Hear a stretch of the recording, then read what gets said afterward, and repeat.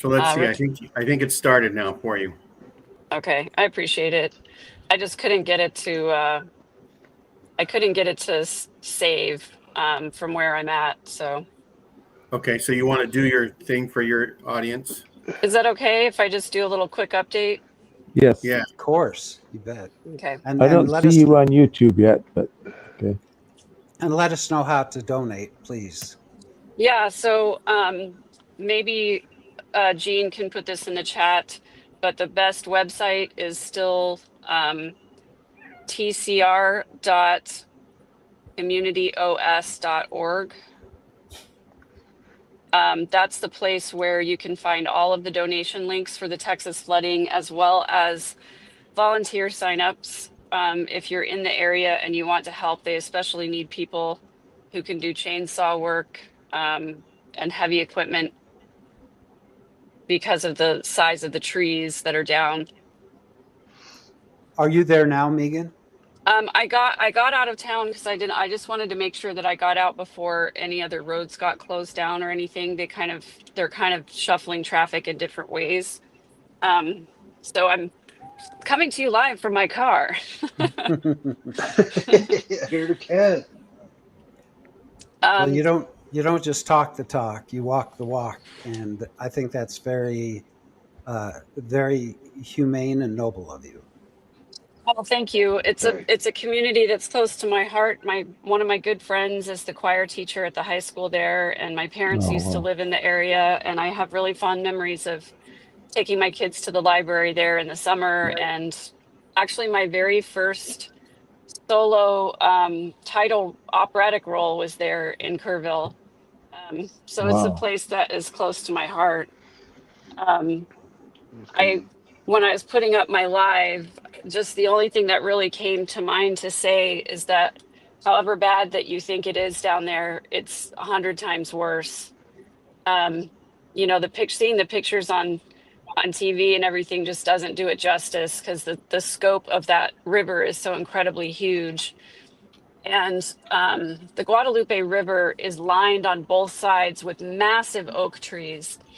And to see those trees just completely flattened, you know, for 500 feet across, it was just absolutely mind blowing, the amount of water that went through there. My friend who's the choir teacher there lost his friend, the soccer coach at the high school. He put out a Facebook plea to help find his friend and his wife. They weren't able to find him, and they found their house floating down the river, and their 2 children are still missing.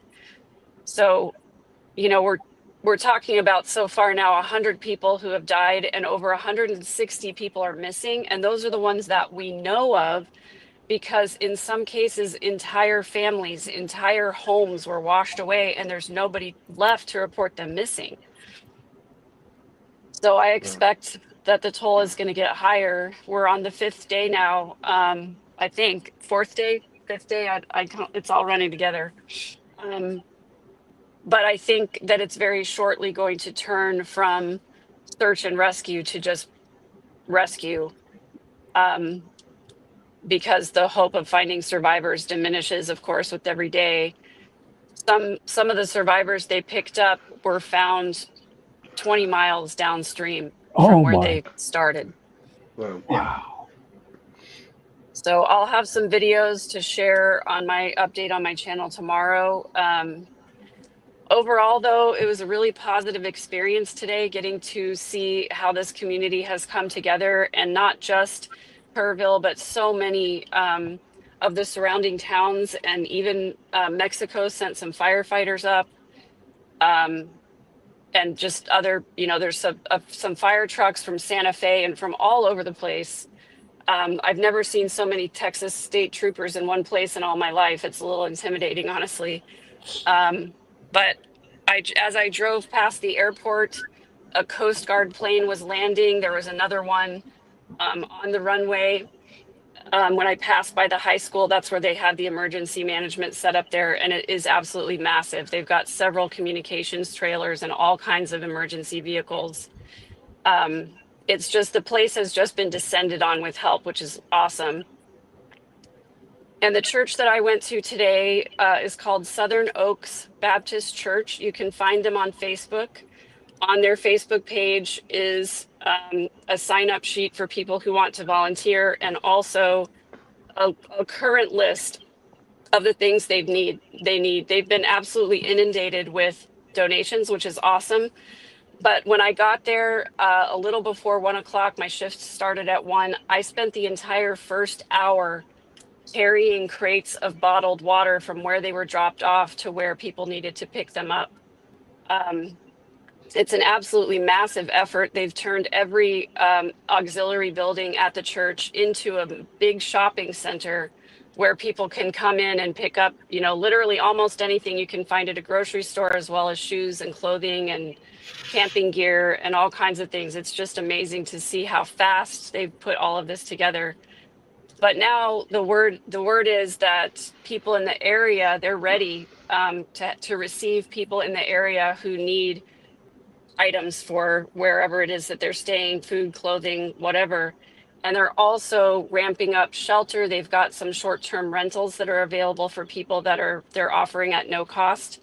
They also have, they're working on a warehouse is going to be cleared out so that people can start donating furniture. So this is going to be an ongoing effort for a super long time. I was on Joe Schmo's channel this morning on my way up there, and I said, I'm going to pledge to go at least once a month for an entire year. Because, once the news crews leave in a couple of days and it gets out of media, people are going to forget about it. This community is going to be rebuilding for years after this devastation. They only have 2 funeral homes in town, and they're looking at the possibility of processing and memorializing 90 people. It's a huge, huge undertaking. So I spent about 4 hours at the church today, just sorting supplies and getting things ready for people to pick up. And then I went over to the funeral home because they had so much traffic coming through, and their cleaning crews are either missing or cleaning other things.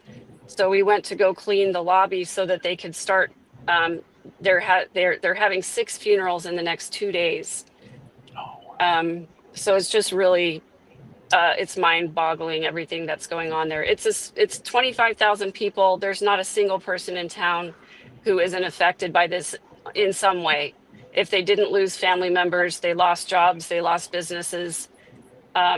It's just a huge undertaking. And a little further down the river in Hunt, Texas, which is where Camp La Junta was, where the boys, some of the boys were able to escape from that camp.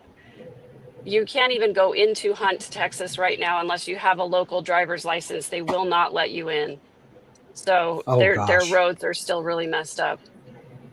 I'm wondering if, hopefully they have some refrigerated trucks that they can put the decedents in until they can be processed. Having worked on disaster response teams in the past, the Department of Health and Human Services DMAT team will usually bring refrigerated trucks. Same with FEMA. When we would do training sessions or even respond, I went out to Hurricane Ike. We had a refrigerated truck for that, and and the numbers are probably, unfortunately, we're seeing numbers that are lower than what it really is. Right, of course. And I think that the officials definitely deflate the numbers. Yeah, I think so too. But also, I think it's very possible that a lot of these people may never be found. Correct. Given the force of the water. Like you said, from search and rescue, it's going to become recovery efforts. Right. That's where it goes to. Right. Yeah. And what's they declared it a recovery now, or are they still searching and rescue? As far as I know, it's still labeled as search and rescue. Definitely they want to keep it that way for as long as possible, because morale really starts to go down after they turn it to just recovery. And, there are a lot of people out there who've been out there for a long time, those first responders. And I'll tell you, one way that people can help, if you want to send materials into the area. They've got plenty of the stuff that people usually donate during this time, but the first responders have specifically asked for bug spray, sunscreen, electrical tape, duct tape, and tools like shovels and axes and things like that. If anybody wants to send those things, you could order them on Amazon and send them to the Southern Oaks Baptist Church. And I'll have all that info on my channel tomorrow as well. If people want to tune in, I'll actually just make a post about it. So if people want to go over to my channel, they can just look for the post with all of the information there. Thank you, Megan. That's a very worthy cause, and I hope people listen up. Is FEMA still in full force with the new administration? It is, yeah. They have not closed it down yet. I did hear the president say that that they were still kind of thinking about it, talking about it. We'll see. After this is over, he may reconsider. I would hope that he would reconsider, because it's such a necessary, vital thing, and they don't always do a perfect job. None of us do, but I can't imagine trying to have to go through a disaster like this without it. It just puts so much more of a burden on the communities and the individuals themselves. Yeah. That's insane. And he has declared the area a federal disaster area, so they will get some federal funding. In fact, they were telling me one of the reasons why you can't just go show up, you have to register with one of the organizations, is because they get federal funding for every volunteer hour that gets donated there. Wow. Well, we want to send our thoughts to these people there. Hope things turn out for the best. Just move on. Absolutely. I was just looking at a map, and I didn't realize it was northwest of where you are. Yeah. Have we heard, is it just like a bunch of rain happened? Do we know? Well, So they seeded the clouds 2 days before they seeded the clouds. I don't Did know you if know that's true, but there was a convergence of different things that happened. We had a tropical storm in the Gulf of Mexico that came up from the south, but the real problem is that the National Weather Service predicted 6 inches of rain over the course of 3 hours late in the day on July 4th. And what happened is that storm system got stalled over San Angelo, which is where the headwaters of the Guadalupe River are. And it stalled there, and they got 12 inches of rain in 90 minutes. And so oh my gosh. it wasn't until after 1 a.m. that the flash flood warnings went out. But, a lot of people in that area, and I'm guilty of this too, when I get a flash flood warning, if I'm at home and I'm not planning to go anywhere, it doesn't apply to me because I'm not going to be driving into any low water crossings. But a lot of these people who are near the river, even when there's a flash flood warning, the river might rise a foot or 2 feet. The 100-year floodplain would have been a 10-foot rise in the river. The river rose 26 feet. And there was just absolutely no way for those people to get out of the way of that surge because it was moving so fast that nobody knew that surge was going to come at that height and at that velocity. So a lot of people received storm warnings, but not everybody did. They were going door to door, knocking on people's houses and saying, there's an evacuation order, and people were saying we never received it. As far as the camps go, the cell coverage is spotty, and they don't have any kind of a siren. Not that would have really helped.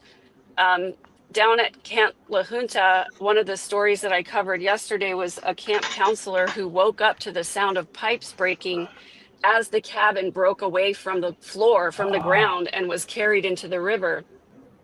There is a video on Instagram that I saw where you could see the boys standing in the door of the cabin with their phones as flashlights. And luckily that cabin got lodged against a tree about 20 feet down the river, and they were able to exit the cabin and get up to higher ground and escape.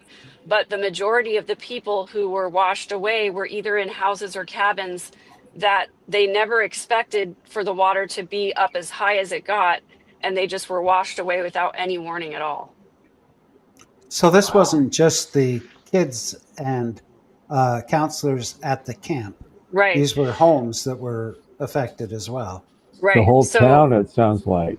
out of 100 people that so far are deceased, 30 of them were children, and probably about 60 of those were from Kerrville. So the 30 children and the 60 adults from Kerrville, the rest from surrounding counties. Megan, Snake Hips 76 says, were the 2 siblings found yet? I don't know which siblings they're referring to, but there have been so many stories. You know, I know that there was a set of twins they were looking for. They were unfortunately recovered deceased. There just are so many people missing and so many stories, so many people asking. It's hard for me to say, you know, which ones have been found. But at this point, I think it's been a very long time since they've, well, I shouldn't say that. I think they rescued some people this morning. When I was coming into Kurville, there were still helicopters in the air. So there is still some hope that people are going to be found alive. But, you know, it gets, as I said, increasingly unlikely as time goes by. Yeah. I heard the sheriff in a press conference state that he is not going to call it a search operation. He's going to keep calling it a rescue operation Right. until every last person is located. Yeah. Yeah. Oh. It can last a while. You know, they have water, so it can last a few weeks without food. So technically, people could still be alive. Yeah, and waters are receding for sure. The videos that I'll show tomorrow, you can see the waters have come down quite a bit and they're not moving as fast anymore. So that helps recovery operations as well. And they've got people on horseback, they've got canine units. You know, they really are out in full force along all sides of the river, you know, for 20 miles up and down the river. So people are really banding together and helping out each other. Somebody was driving around town today in a pickup, just passing out supplies to all the first responders that are there, you know, taking care of people. You know, it's just it's an amazing community. People are just so good to each other, and they're doing a great job of coming together during this, although it's really tough. I don't think there's a single person that can say they didn't lose somebody. Right. Nuts. That's Wow. so tragic. It was really Probably touching. the most devastating part of it is that the main part of the Guadalupe River, you know, it's in the downtown area in Kerrville, and there were so many people who were in RVs and tents camping along the river in that main park in town because they were preparing for the 4th of July celebration the next day. And that probably was the biggest chunk of people right there that passed away. Well, Wow. So I really, really appreciate you guys dedicating the time to let me give an update. I think it's just important that people understand and have a way to help and to give if they can. It's going to be a long haul, so I really appreciate you guys allowing me to come and talk about it on here. I'm so grateful I was able to go and be there firsthand and help out. And I'm going to be going back many, many times. So. Well, you're to be Commended. thanked. Yes, absolutely. that's crazy. I put up the donations website again in the chat for people. Thank you so much, Gene. I appreciate that. Well, So I'm gonna go. I'm gonna go to bed. All right. Way better. But It's You insane. take Again, care. thank you. I appreciate you guys giving me the time, and hug your loved ones. And we'll see you again really soon. Do be you want me to safe. sign Megan. out your audience or Yes, please do. okay? All right. Good. If anybody wants to Okay. come to Latter Daily Digest and listen to talks about free energy, Mormons, and aliens, or whatever, our talk develops into everything. Sharp turn. Eyes to the sky, Megan. And Yeah. I'm just, I am so proud to be friends with Megan, and Yes. that she can do all the things that she's doing is amazing and wonderful. Thanks, you Everybody's guys. saying thank you. Yeah. I'll the go over chat. to Ladder Daily Digest. All right. That's crazy. Go and subscribe. All right. Thanks, you guys. Have a great night. Thank Thanks, you. Megan. Thank Bye. you. Go to sleep. I will. Get some rest, Okay. please. All right. That's right. Megan also did an appearance on a show called Mormonish. If you Yes. want to pop over to that sometime and check it out. And It's so I'm only an gonna- hour and 10 minutes, so it's not a it's long a one. quick one. Maybe you can get the link to that and put it in, Tim. Okay, I'm gonna say I can't goodbye. put links in to Well, send it to me on the Messenger. private chat or in Facebook, and I'll put it up. But I'm going to say everybody wave goodbye to Megan's audience, and I will remove them from the live. But come back on our channel. Yes, come back and see what happens. And we could